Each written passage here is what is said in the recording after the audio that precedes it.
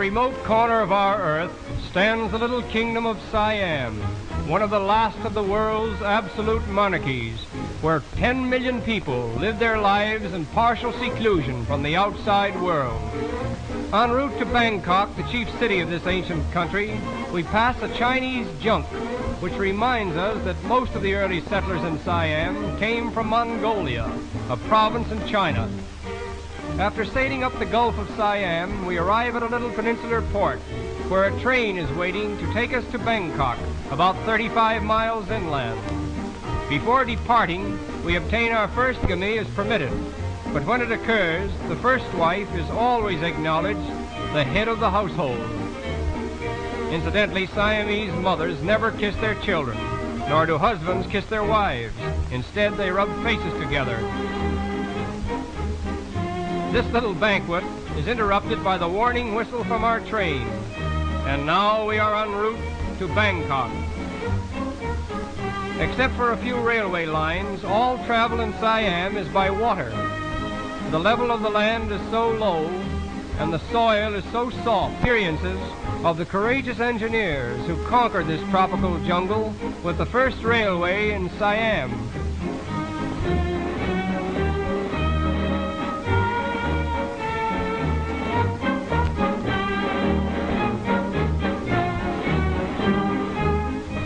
The products of the soil consist of rice, sugarcane, coconuts, and all kinds of fruits, which are loaded in boats and paddled up to Bangkok along a whole network of rivers such as we see here.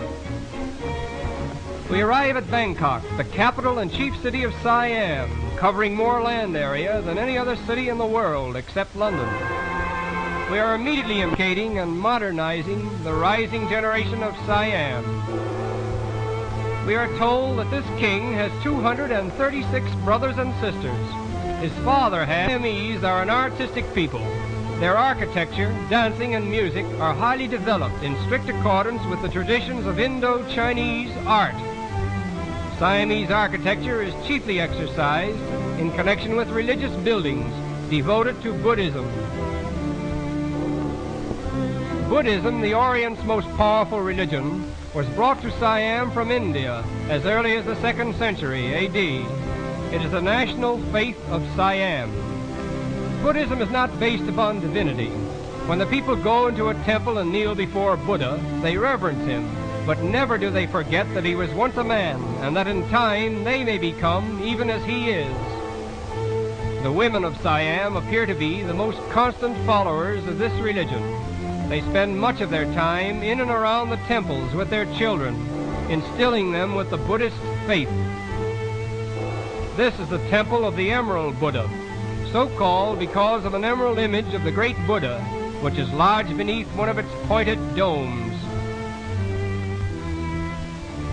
Our tour of the temples is interrupted by a visit to the famous Pasteur Institute, where venom is extracted from the most famous houses of worship in the country. Religion influences the life of the Siamese at every turn.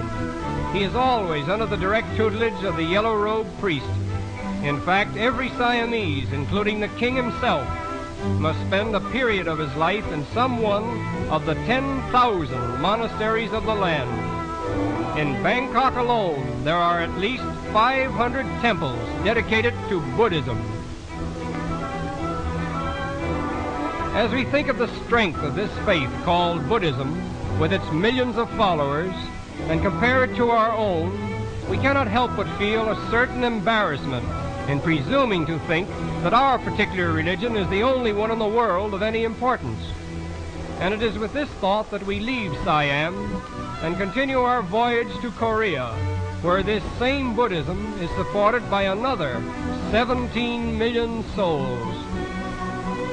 We arrive at the port of Seoul, the chief city, where the unofficial reception committee is composed of a rather curious gathering, all as anxious to see us as we are to see them. The white-robed gentleman with the funny hat is the main attraction. This fellow is a typical example of the native Korean. He bows to the dominion of Japan, but he firmly declines to admit the superiority of Japan's intellectual and moral culture over his own. Japanese Empire. Here in the new palace, amid the regal splendor of a departed era, the former king of Korea lives on the bounty of his Japanese masters. The streets of Seoul illustrates how thoroughly the Japanese are assimilating Korea. Somehow the women of Seoul seem to be the dominating sex, and we wonder if this dates back to a certain custom that was once rigidly enforced.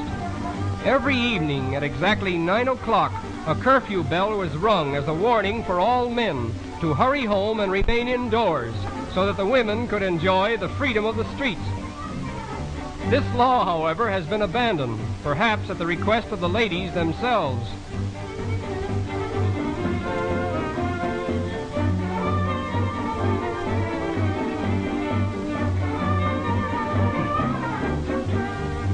The children of Korea are particularly interesting. Almost from the time they are able to walk, they are obliged to care for their little brothers and sisters. The first thing inculcated in a Korean child's mind is respect for his father. In fact, the 4 dreadful things which a boy fears most are earthquake, wind, fire, and father. Playing dinner and imitating the ponderous etiquette of their elders is a favorite amusement.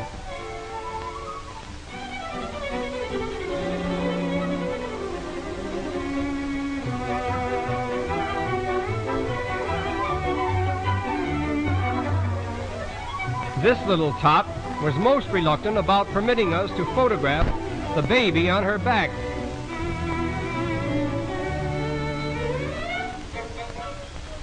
In an oriental garden, we were afforded the special privilege of seeing a native dance, very much like those given by the geisha girls of Japan.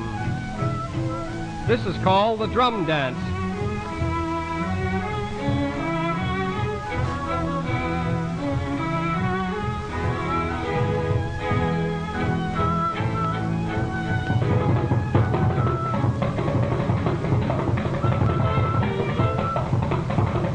Whatever else we may have seen in Korea, we will never forget the gentlemen with the white robes and the horsehair hats, for they are Korea personified. And it is here that old Korea bows to us in gracious farewell.